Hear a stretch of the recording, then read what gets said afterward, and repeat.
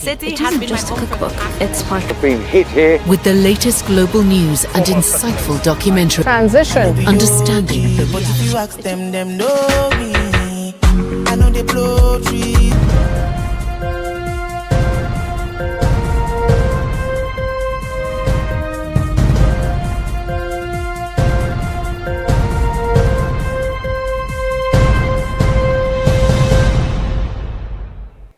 Good morning and welcome to our news updates right here on Luntha television, and this time you are with me, Patrick Pooper.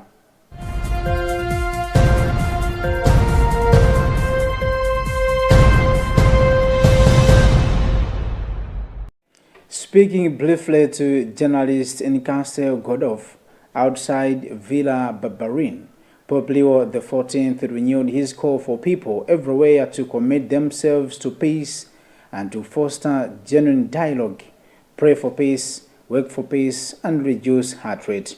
Heart rate is the word keeps growing, the Pope said, addressing reporters near the residence where he was spending his customary time of rest and work. Against the backdrop of escalating violence in the Middle East and rising global tensions, he urged continued efforts towards peace. He emphasized the need for sincere dialogue and encouraged the search for solutions that do not rely on weapons. These remarks reflect the message he delivered during last Sunday's Angelus as he was referring to attacks involving the United States and Israel on Iran, as well as Iran's retaliatory strikes in the region, as Pope Leo XIV stressed that true stability and peace cannot come from threats or armed force, but only through honest, responsible, and constructive dialogue.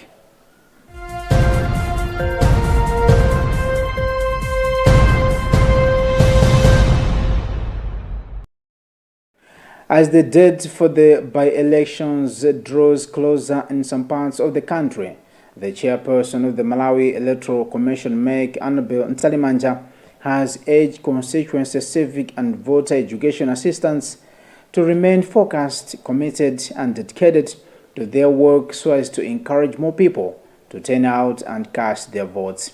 Ntalimanja made the remarks in Mponela Dowa district during the opening of two-day training session for constituency civic and voter education assistants.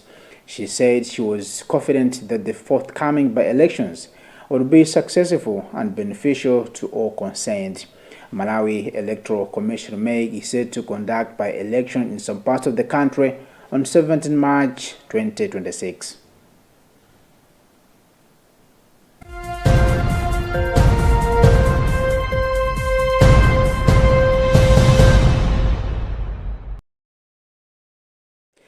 The Malawi Energy Regulatory Authority (MERA) has increased the selling retail price of liquefied petroleum gas from 3,740 kwacha to 4,475 per kilogram, an adjustment of 19.65%. In a statement released on 4 March 2026 and signed by board chairperson Lucas Kondowe, MERA explained that the upward revision followed recommendations made by its Energy Pricing Committee after a meeting held on 25 February 2026 to assess petroleum product prices. The regulator said the hike was driven by high international prices as well as increased road freight, insurance, handling, financial costs, and in-transit losses, which together have raised liquefied petroleum gas landed cost by 22.65% since the provision adjustment in October 2024. MERA noted that under the automatic pricing mechanisms, liquefied petroleum gas is subject to a compulsory price review whenever landed costs move beyond.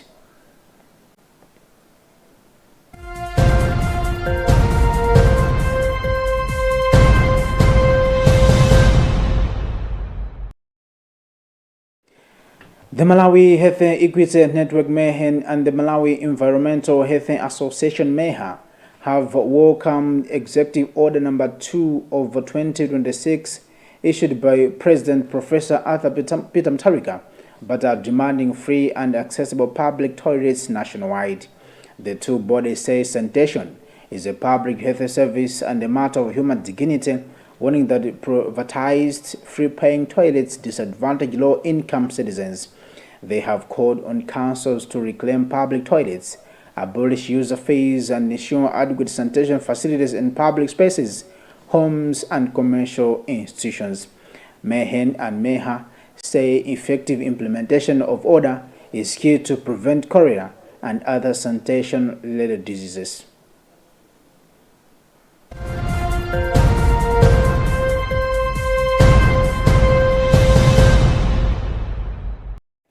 The Malawi Union of Blind has expressed optimism that the well-being of people who are blind will significantly improve in Mangochi district following a capacity building initiative.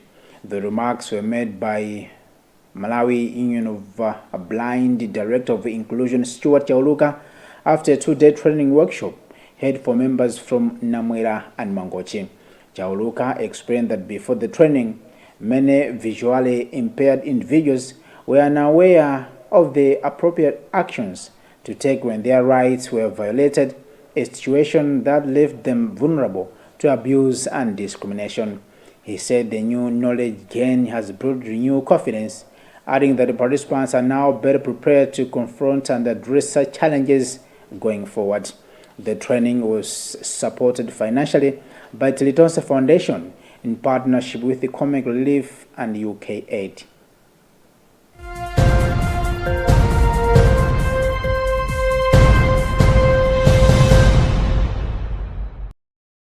And finally, in international news, the United States has placed sanctions on the Rwandan military and 4 senior officers, alleging that they are contributing to instability in the Eastern Democratic Republic of Congo.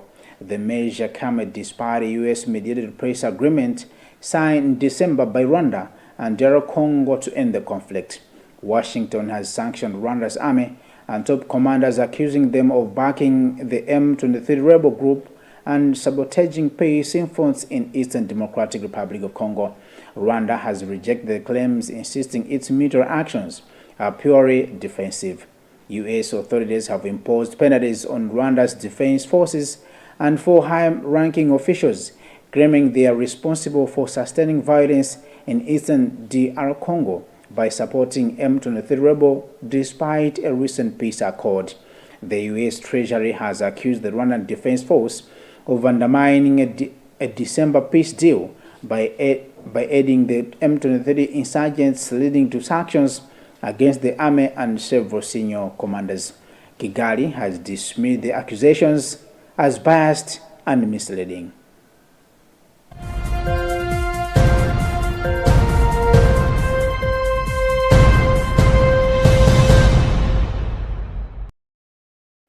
And that's the end of our news updates, and this has been Patrick Pupa. Good morning.